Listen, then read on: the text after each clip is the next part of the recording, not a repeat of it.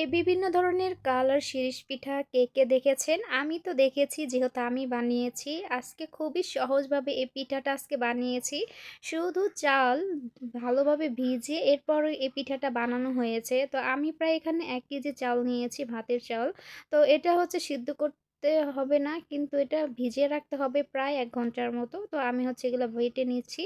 এরপর হচ্ছে আমি কলা গাছের পাতা এনে ভালোভাবে আমি কেটে নিচ্ছি। আর এইটার ভিতরে কিন্তু পিঠাগুলো বানানো হবে।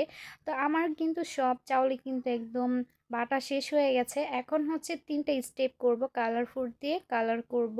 আর এই পিঠাটা কিন্তু সুন্দর কালার করলে কিন্তু দেখতেও ভালো লাগে, আর আমার কাছে মনে হয় খেতেও ভালো লাগে।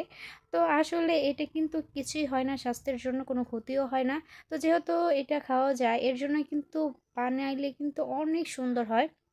তো আমি হচ্ছে আরেকটা ডোতে আমি হলুদের গুঁড়ো দিয়েছি। তো সামান্য হলুদ আর হচ্ছে অরেঞ্জ কালারটা খুবই সুন্দর লাগতেছিল। তো আমরা হচ্ছে ভালোভাবে এই তো শিরিষগুলো ধুয়ে নিয়েছি। নতুন কিনে এনেছি ইনটেক। তো এটা ভালোভাবে আমি এই তো দেখুন ডোটা দিয়ে এরপর হচ্ছে পিঠাগুলো বানিয়ে নিচ্ছি। আর এই পিঠা কিন্তু খুবই সহজ বানাইতে। তো কিছু মানুষ লাগে, একা, একা এটা খুবই ডিফিকাল্ট আমার মনে হয়েছে। তো আমরা হচ্ছে ২ জনে বানিয়েছি। এর জন্য কিন্তু কি বেশি প্রবলেম হয় নাই। তো দেখুন আমার যেহেতু পিঠা বানাইতে খুবই ভালো লাগে এর জন্য কিন্তু আমার বেশি এক্সাইটেড ছিলাম যে এতগুলো পিঠা আমি বানিয়ে ফেলেছি। আর আমার কাছে পিঠা বানাইতে খুবই একটা আনন্দের মুহূর্ত। এর জন্যই কিন্তু আমি বানিয়েছি এত সুন্দর করে পিঠা। তো এখন হচ্ছে আমি চুলায় দিয়ে দিয়েছি। তো ওভেনে যে একটা স্ট্যান্ড থাকে ওইটা দিয়েই কিন্তু আমি পিঠাগুলো বানাবো। তো সিদ্ধ করে নিয়েছি আমি, দেখুন সিদ্ধ কিন্তু অনেক পারফেক্টলি হয়েছে। আর আমি কিন্তু এভাবে স্টেপ বাই স্টেপ সবগুলো পিঠা এইভাবে সিদ্ধ করে নিয়েছি। তো এখন হচ্ছে এগুলো সবগুলো নামিয়ে আমি সুন্দর করে গুছিয়ে নিব। আর এটা হচ্ছে রোদে দিতে হবে। তো দেখুন সবগুলোই কিন্তু অনেক সুন্দর হয়েছে। এখানে ১ কেজি চালের পিঠা। তো এখন হচ্ছে আমি রোদে দিয়ে দিব।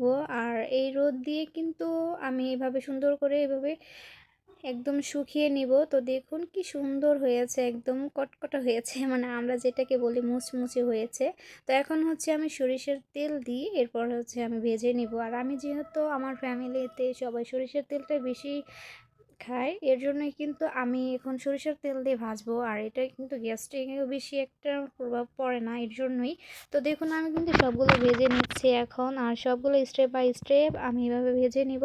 তো আসলে হচ্ছে এই পিঠা কিন্তু একটা আনন্দের বিষয়, যেটা নাকি সবাই বানাতে পারে না বা সবার ইচ্ছাও করে না। যেহেতু আমার ভালো লাগে এর জন্যই কিন্তু আমি একটা না একটা কিছু করতেই থাকি। তো এর জন্য কিন্তু আমার ফ্যামিলির সবাই আমাকে সাপোর্ট করে, সবাই বলে যে অনেক সুন্দর হয়েছে, ভালো হয়েছে। তো এটা হচ্ছে একটা মানুষের সবথেকে ভালো একটা আনন্দের মুহূর্ত, যখন নাকি একটা কিছু বানানোর পর সবাই অনেক প্রশংসা করে।